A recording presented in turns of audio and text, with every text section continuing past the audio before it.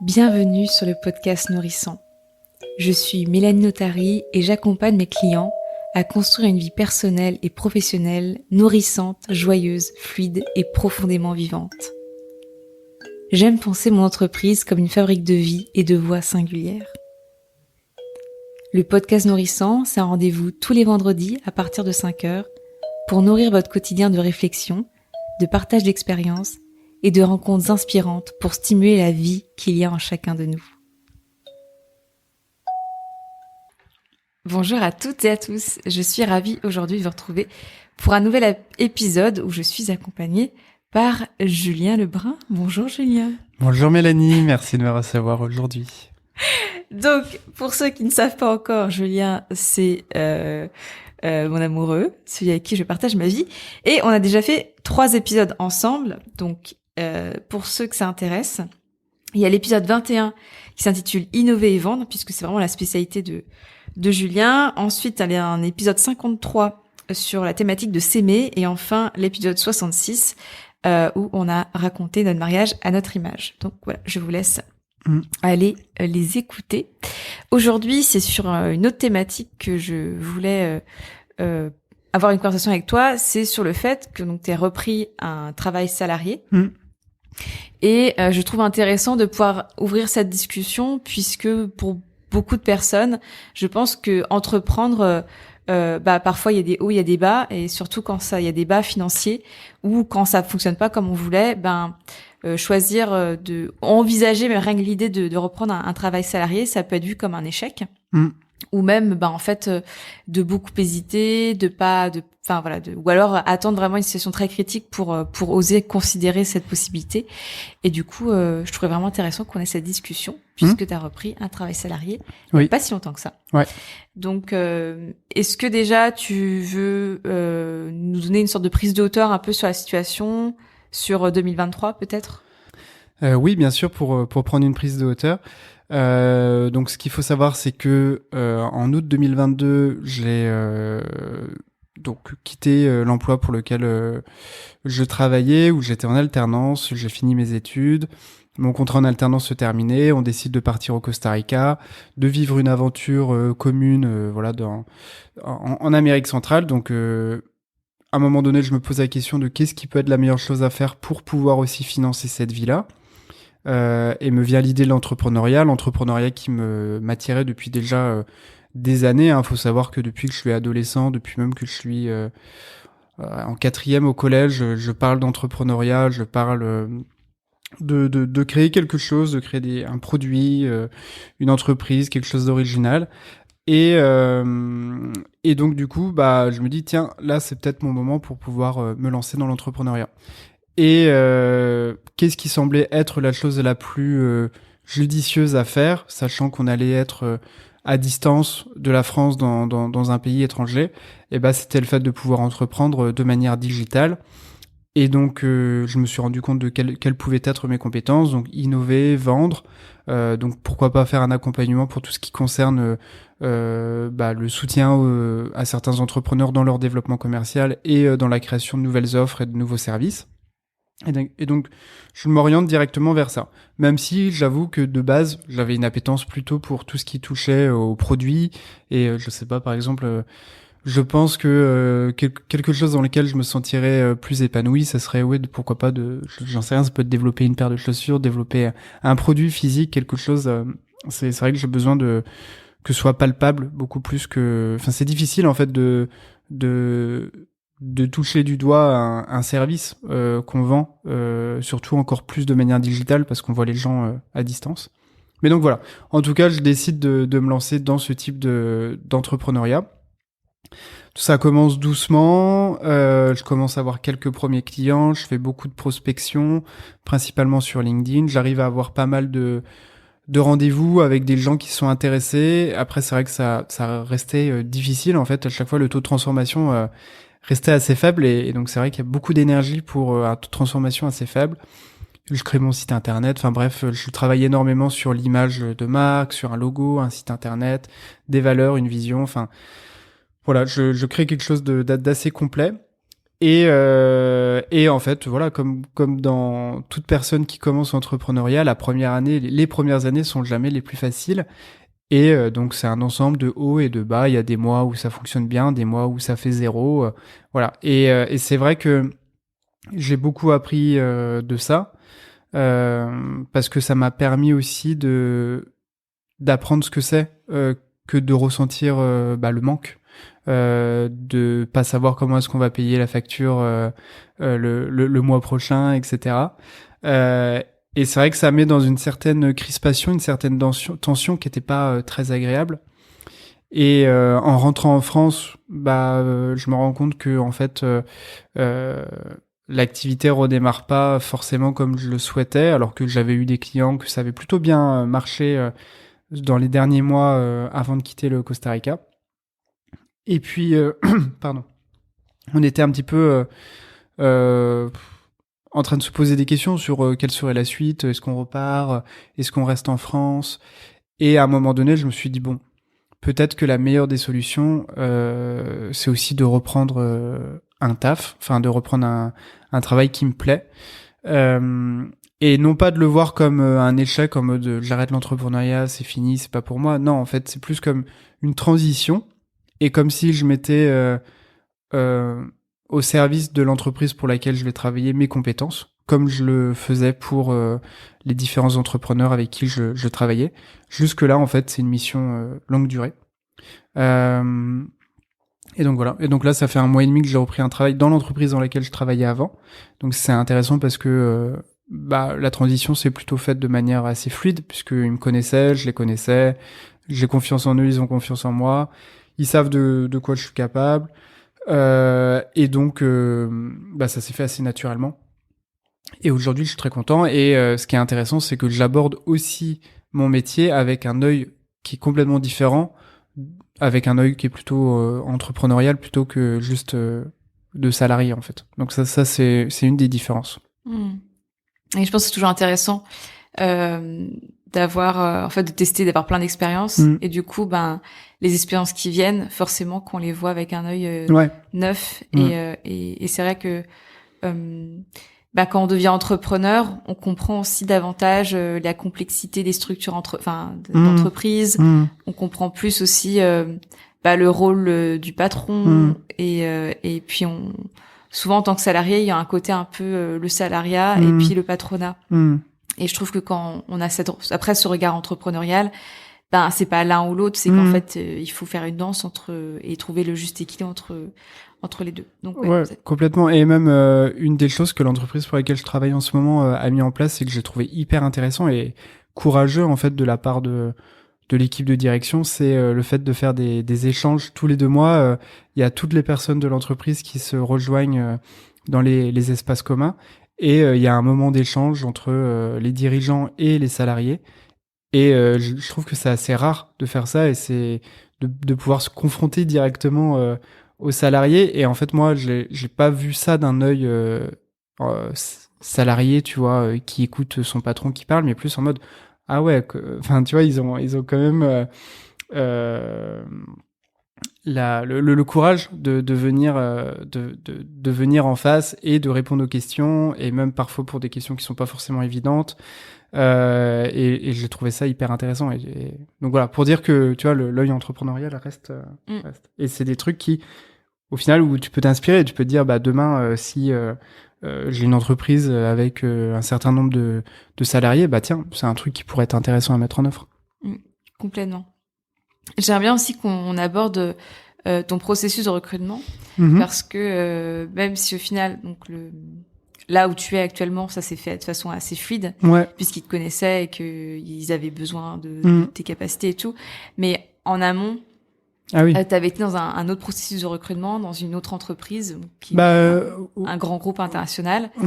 Et je voudrais aussi que t'en parles parce que, en fait, des 2 expériences de recrutement que t'as eues. Ouais, même de plus que ça, parce qu'au final, on est rentré en France en juin et j'ai commencé à refaire mon CV et à envoyer des candidatures fin juin, début juillet, quoi. C'est à ce moment-là. Et au début, on n'avait pas forcément cette optique de rester en France et je recherchais des des emplois plutôt en Europe ou même au Canada, etc. Ouais. Et là, c'est vrai que, en fait, ce que je me suis rendu compte, et c'est là aussi que je me suis dit, tiens, c'est peut-être intéressant que je reprenne un taf, c'est que la plupart des emplois pour lesquels je postulais et qui me plaisaient demandaient d'avoir pas mal d'années d'expérience. Et moi, en réalité, c'est vrai, j'ai autour de 5 ans d'années d'expérience, que ce soit dans la vente, le marketing, etc. Mais c'est des années d'expérience en alternance et pas en tant que salarié type CDD, CDI, enfin voilà. Et donc, en fait, je me suis j'ai eu pas mal de refus à un moment donné sur ce genre de poste dans ces grands groupes-là, enfin, et où je me suis dit, ah tiens... bah c'est con parce que c'est des postes qui m'intéressent, mais malheureusement je peux pas y avoir accès.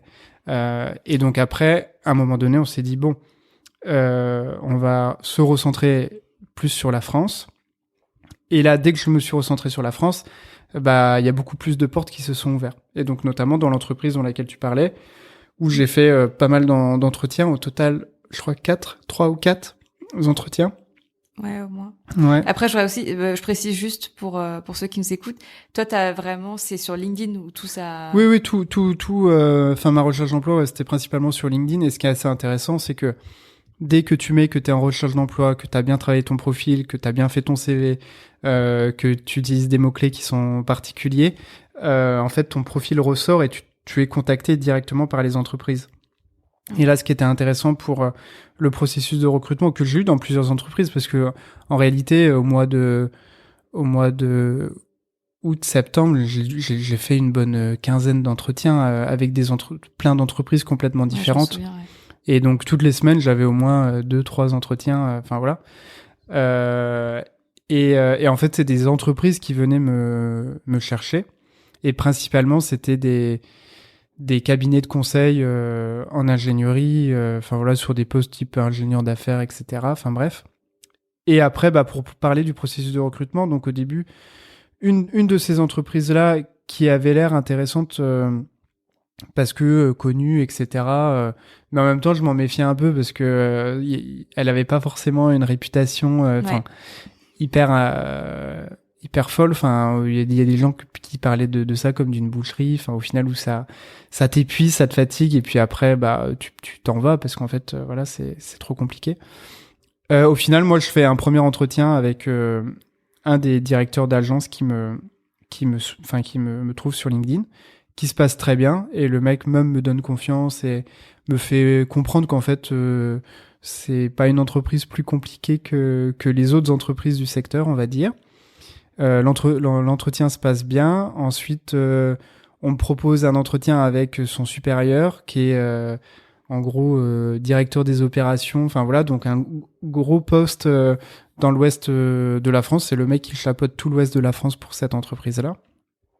L'entretien se passe très bien aussi. Le gars a envie de pouvoir me recruter. Il me dit bon bah il vous reste plus qu'un entretien de routine. Vous inquiétez pas, ça va passer comme une lettre à la poste. Enfin en gros dans 2 semaines vous êtes dans notre agence à Nantes à commencer quoi. Et au final donc je fais cet entretien avec un gars des RH à Paris quoi. Et en fait, un jeune qui avait, je sais pas comment dire, un peu, qui était très agressif en fait dans très arrogant, très arrogant et agressif. Et il y avait un côté un peu agressif dans la manière de gérer l'entretien. Et c'est vrai qu'en fait, ça m'a surpris. C'était 2 heures d'entretien à peu près. Et là où j'avais eu des personnes, qui avaient déjà pas mal d'expérience, tu vois, qui avaient déjà 25 ans, 25 ans d'expérience, des gens qui étaient plus sur entre 40, 50 ans, posés, qui n'ont rien à prouver. Moi, là, je tombe sur un petit jeune, en fait, où t'as presque l'impression que le mec est en compétition contre toi, et il veut montrer qu'il est meilleur que toi, entre guillemets. Et c'est vrai que c'était assez déstabilisant. Je me suis dit, mais c'est quoi son problème, quoi, à un moment donné? Il me laissait pas parler, il me coupait toutes les 5 minutes. En fait, il me laissait pas le temps de répondre correctement aux questions, et à chaque fois il essayait de me piéger sur des petits trucs. Donc ça, c'était pas agréable du tout. Au final, je fais l'entretien, je fais au mieux pour m'en sortir de la meilleure des manières et il y avait aussi tout un tas de tests, des mises en situation, etc. Enfin bref, que je fais. Et ensuite, il me rappelle 2 jours plus tard pour me dire que finalement, bah c'est mort quoi. Enfin que j'ai pas passé cet entretien enfin qu'en gros je réponds pas aux critères et que je suis pas assez agressif commercialement parlant. Je manque d'agressivité commerciale, c'est ce qu'il m'a dit. Et en gros, ce qu'il m'a dit, c'est qu'il cherchait des sortes de, je sais pas comment dire, enfin Des requins. des requins, ouais, enfin des mecs qui ont la niaque et qui sont prêts à un peu vendre père et mère pour réussir quoi. Bah c'est ça, enfin ce qui est sorti de cet entretien, c'est vraiment qu'en fait enfin si t'avais des valeurs, ça a été un peu compliqué. Ouais, voilà. Parce ouais. que même au sein même de l'entreprise, il faudrait avoir un esprit de compétition Ouais. avec ses collègues. Ouais, et oui, et d'ailleurs, ouais, c'est ce qu'il m'avait dit. Moi, je le dis, oui, enfin, effectivement, en effet, j'ai un esprit de compétition, mais pour ce qui est de la compétition en interne, c'est un truc auquel je crois pas. Enfin, moi, je crois plutôt en la coopération, la cohésion, le fait de s'entraider les uns les autres, parce que de toute façon, on se bat pour un objectif commun. Donc, autant s'entraider plutôt que se mettre des bâtons dans les roues. Et donc, enfin voilà. Et au final, ce qui a été super, c'est que le fameux directeur des opérations, là, qui était même au-dessus, hiérarchiquement, au-dessus du RH. Bah, bien au-dessus. Bien au-dessus. Qui me rappelle et qui me dit, bah, je comprends pas, qu'est-ce qui s'est passé? Et donc, je lui explique tout ça, la manière dont ça s'est passé, le fait que j'ai pas apprécié la manière dont l'entretien s'était déroulé. Et où en fait, bah, lui me dit que il est désolé, qu'il comprend pas et qu'il aurait beaucoup aimé que je puisse commencer. Et donc quand je lui explique la manière dont ça s'est passé, il avait l'air un peu choqué en fait d'apprendre que ça pouvait aussi se dérouler comme ça. Donc malheureusement, vu que ça faisait que 3 mois qu'il était arrivé dans l'entreprise, il pouvait pas faire grand chose de plus. Enfin, il pouvait pas pousser mon CV plus que ça. Mais il avait l'air vraiment désolé en tout cas. Mais ce qui est intéressant, c'est que dans cette histoire-là, j'ai quand même gagné un contact avec ce fameux directeur des opérations que on sait jamais, peut-être demain que je recroiserai, et avec qui, en fait le petit jeune RH, en soi je m'en fous un peu. Enfin, c'est pas lui qui va changer ma vie. Mais le contact de l'autre personne est plus intéressant. Et c'est mieux que je m'entende bien avec lui plutôt que avec l'autre. Enfin bref. Voilà, en gros, mais tout ça pour dire que ce que je me suis rendu compte, c'est que la plupart des entreprises, en fait, qui venaient me contacter ou en fait, il y avait un côté pas inintéressant, mais vraiment un gros manque de sens. Enfin, c'est quoi le but c'était quoi le but derrière tout ça? En gros, on t'explique juste que en fait, c'est faire de l'argent et il y a rien de plus derrière. Et ça me gênait beaucoup, et c'est aussi la raison pour laquelle je suis retourné vers l'entreprise dans laquelle j'avais fait mon alternance, que je lui ai envoyé un message au patron de la boîte en lui disant voilà, si vous avez besoin de quelqu'un pour le service commercial ou marketing, n'hésite pas à me contacter, je serais ravi de pouvoir contribuer au développement de l'entreprise. Et ça tombait bien parce que justement ils avaient besoin de quelqu'un sur une fonction de business développeur à l'export. Donc génial, parce que ça me permet aujourd'hui de pouvoir continuer à voyager tout en travaillant. Donc ça c'est top.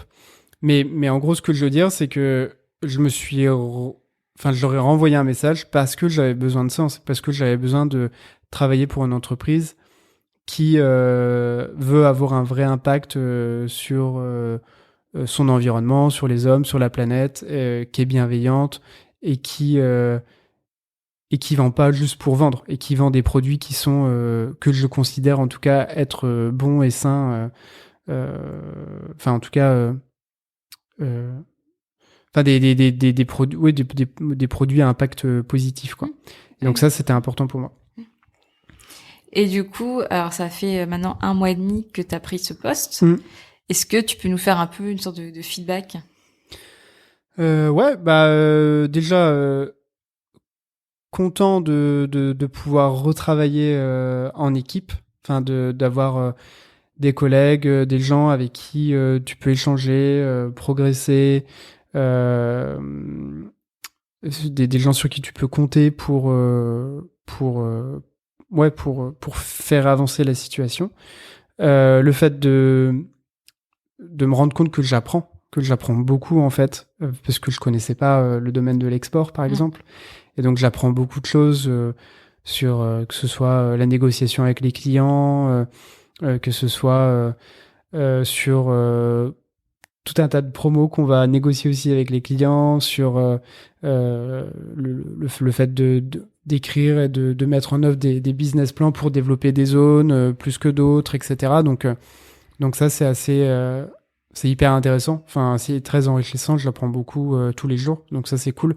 Et ça rejoint un peu ce que je disais tout à l'heure, c'est que, en fait, je me suis rendu compte que peut-être pour certaines personnes et pour certaines entreprises, bah, je pouvais manquer d'expérience sur mon CV. Et même en tant qu'entrepreneur, je sais que certaines personnes qui pouvaient avoir, je sais pas, entre 35 et 45, 50 ans, peut-être hésiter à me prendre parce que trop jeune en fait. Et donc je trouve que c'est intéressant de reprendre un taf pour faire accroître mon expérience. Et après, sinon, content de pouvoir faire un travail qui me permet de voyager. Ça, c'était important pour moi de pas perdre ça, en fait. Et là, c'est vraiment le meilleur des deux mondes parce que j'ai cette possibilité d'apprendre, de voyager, de découvrir l'Europe, parce que là, c'est en Europe que je voyage principalement. C'est un travail qui se rapproche de l'entrepreneuriat parce qu'au final, il y a beaucoup d'autonomie et puis on te dit, bah voilà, il y a telle zone à développer, faut prospecter, faut aller voir les clients, consolider ce qui est déjà existant. Et en fait, c'est un peu à toi aussi de faire ton business plan et de le dérouler et de mettre en place ses actions. Donc ça me plaît beaucoup parce qu'il y a ce rapprochement avec l'entrepreneuriat, ce que j'ai pu vivre avant. Et après, il y a aussi cette sécurité d'un point de vue plus financier où je sais que tous les mois, je vais recevoir une certaine somme. Donc ça, c'est un poids qui s'enlève et qu'on a beaucoup quand on débute dans l'entrepreneuriat. Donc par rapport à ça, c'est assez agréable. Après, pour ce qui est du rythme, c'est sûr que le rythme change beaucoup parce que même si j'ai la chance d'avoir un travail dans lequel je suis assez autonome et où au final je gère un peu mon temps comme je le souhaite, mes journées, surtout quand je suis en déplacement, et qu'au final, en fait, mon temps de travail, je le gère plus en fonction de, par exemple, si j'ai envie de travailler tard le soir, je peux le faire. Et inversement, si à un moment donné, j'ai besoin d'une pause, je peux aussi la prendre, mais de toute façon, je sais que en fait toute la mission que je dois faire dans la journée sera réalisée. Mais c'est moi qui gère mon temps de travail. Et il y a des moments aussi où c'est plus au bureau, et donc là, faut être là à 9h.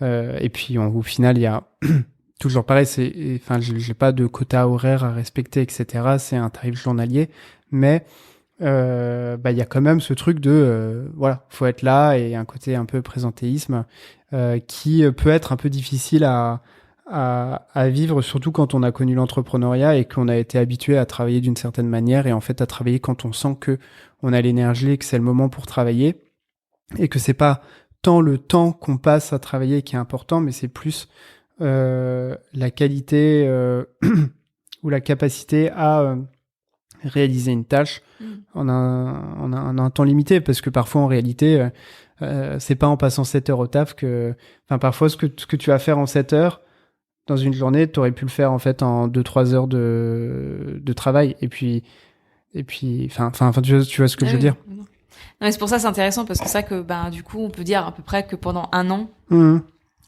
pendant un an, on a eu vraiment un rythme comme on le souhaitait. En fonction de la météo, en fonction de l'énergie. Si on voulait aller à la piscine pour commencer notre journée, c'était comme ça. En fait, on était au Costa Rica. Mais Mais c'est sûr que je me rappelle, enfin les premières semaines quand t'as repris ton travail, bah bon déjà évidemment tu devais reprendre un job avec beaucoup d'informations à. Ouais, ça c'était difficile à gérer, ça. Mm. Le Ouais, le nombre d'informations à gérer, de nouvelles compétences à développer, ça c'est vrai que quand on prend un taf, et en plus ça là c'est un remplacement pour le moment d'une personne qui part en congé maternité, et en fait bah faut c'est presque comme une mission de transition là que je suis en train de faire. Faut tout prendre au pied levé, arriver presque être opérationnel. Voilà, au bout de une semaine, 2 semaines, faut presque être opérationnel. Et ça c'est hyper intéressant en fait parce que ça permet de développer des compétences d'adaptabilité, de réactivité, de capacité à exécuter rapidement. Mais c'est aussi hyper challengeant. Enfin, c'était hyper challengeant. Là, ça va, je commence à me sentir un peu mieux dans la fonction. Mais au début, c'était un peu wow. Il y a beaucoup de choses, quoi. Ouais, c'est sûr. Et puis je me rappelle aussi, t'étais très fatigué, mais c'est normal. En fait, si tu redécouvrais un autre rythme, et Oui, au oui. final, tu vois, un mois et demi plus tard, bah, tu t'es réadapté. Enfin, on a tous une Oui, capacité oui. d'adaptation. Oui, oui, oui. Mm. Oui, oui, complètement. Pour finir un peu cet épisode, j'aimerais bien donc t'as évoqué tout à l'heure la notion d'échec et que par exemple bah ça c'est comment on voit les expériences, mais il y a peut-être des personnes aujourd'hui qui vont nous écouter et qui sont justement dans ces réflexions. Est-ce que je reprends un travail salarié? Est-ce que tu voudrais partager quelque chose comme un conseil ou comme voilà, je sais pas si t'as quelque chose à dire par rapport à ça, à ces personnes-là. Bah, moi, j'aurais tendance à dire que il faut s'écouter. Et en fait, faut pas penser au regard des autres. Souvent, quand on est là en mode, oui, si j'arrête l'entrepreneuriat, c'est un échec. En réalité, c'est pas, c'est pas à nous qu'on parle directement. En fait, c'est par rapport à l'extérieur. Souvent, on dit, ouais, c'est un échec. Ça va être un échec aux yeux de qui? En fait, souvent aux yeux de l'extérieur. Et donc, essayez de pas penser à ce que les autres vont penser, mais plus faire ce qui vous semble être le plus juste pour vous. Et que si reprendre un travail en tant que salarié, c'est la meilleure solution pour vous sur le moment, bah faites-le en fait. Et si ça peut vous apporter une tranquillité d'esprit, faites-le. Et sans même parler de ce côté contraction financière, etc. C'est aussi une belle expérience et on peut l'aborder avec un œil d'entrepreneur. Et moi, c'est ce que je fais aujourd'hui. En réalité, là, ok, j'ai un salaire, j'ai une fiche de paye, un contrat, mais je me considère pas véritablement comme un salarié. Je me considère comme un entrepreneur en mission pour une entreprise. Et comme si l'entreprise pour laquelle je travaille là en ce moment, c'était un de mes clients et que je devais faire une mission pour elle. Donc après, ça dépend du regard que vous portez sur la situation. Et en réalité, de toute façon, je pense que dès qu'on touche à l'entrepreneuriat, on reste entrepreneur, qu'on reprenne un travail ou pas. Et aujourd'hui, là, je reprends un travail. Pour le moment, c'est un contrat à durée déterminée, puisque, comme je l'ai dit tout à l'heure, c'est un remplacement. Donc, voilà, moi, je le vois comme une mission qui va durer plusieurs mois. On verra ce qu'on me proposera par la suite. Peut-être que je resterai dans l'entreprise. Peut-être qu'il y aura d'autres opportunités qui vont s'ouvrir à moi. Voilà. Pour le moment, je fais la mission et on verra ce que sera la suite. Mais je garde ce côté entrepreneur. Et d'ailleurs, mon entreprise est toujours existante. Je l'ai pas fermée. Exactement. Et c'est ça aussi que je trouve ça important. C'est parfois on a juste besoin de transition ou de moments en fait où on a besoin de stabilité, où on a envie plutôt d'acquérir aussi des nouvelles capacités, d'apprendre plein de choses. Et c'est pas parce qu'on rechoisit le salariat ou qu'on choisit le salariat à un moment donné que c'est définitif. Et comme tu dis, ça peut être une expérience. Après, tu retournes dans l'entrepreneuriat. Et en fait, tout ça, c'est un cumul d'expériences qui fait que au fur et à mesure aussi, tu précises vraiment qui tu es. Tu parlais tout à l'heure que finalement tu as bien compris que toi ton appétence entrepreneuriale est plus sur le produit que sur le service. Bon bah voilà, ça, au moins cette expérience quand on était au Costa Rica, bah t'as appris ça. Bah ça c'est hyper précieux. Ouais, complètement. Et il faut pas voir le salariat comme une prison ou comme une tare. Enfin ça peut être aussi un environnement dans lequel on peut aussi très très bien s'épanouir. Et où et l'avantage du salariat, c'est qu'il y a l'entreprise qui est là aussi pour nous soutenir et qui nous apporte les moyens pour bien faire notre travail aussi. Et donc là, ce que je fais aujourd'hui, pardon. Enfin, je suis très épanoui dans le travail que je fais aujourd'hui. Et comme je le disais, j'en apprends tous les jours. Et que si j'avais continué là dans l'entrepreneuriat tel que je le faisais, au final, ce que je me rendais compte et ce dont je me suis rendu compte, c'est que j'étais dans un état un peu de stagnation, tu vois, où en fait, certes, auquel j'ai des compétences, où je peux aider les gens sur leur développement commercial, sur le lancement de nouveaux produits, etc. Mais peut-être que si ça décollait pas, c'est parce que, en fait, il manquait quelque chose. Et donc là, je sens que j'évolue vraiment, en fait. Donc c'est ça qui est important aussi, je pense, c'est de sentir qu'on évolue, de sentir qu'on progresse, de sentir qu'on va vers quelque chose de plus grand, mais aussi de plus enrichissant d'un point de vue personnel et professionnel. C'est chouette. Voilà. Merci pour ce partage. Avec plaisir. Et puis peut-être à bientôt pour un nouvel épisode ensemble. Mais oui, à bientôt. Merci pour votre présence. Si cet épisode vous a plu, je vous laisse tout de suite aller lui mettre 5 étoiles, un cœur ou un avis, et vous abonner pour être informé des prochains épisodes. C'est comme cela qu'il grandit et que mon travail est mis en lumière. À très vite!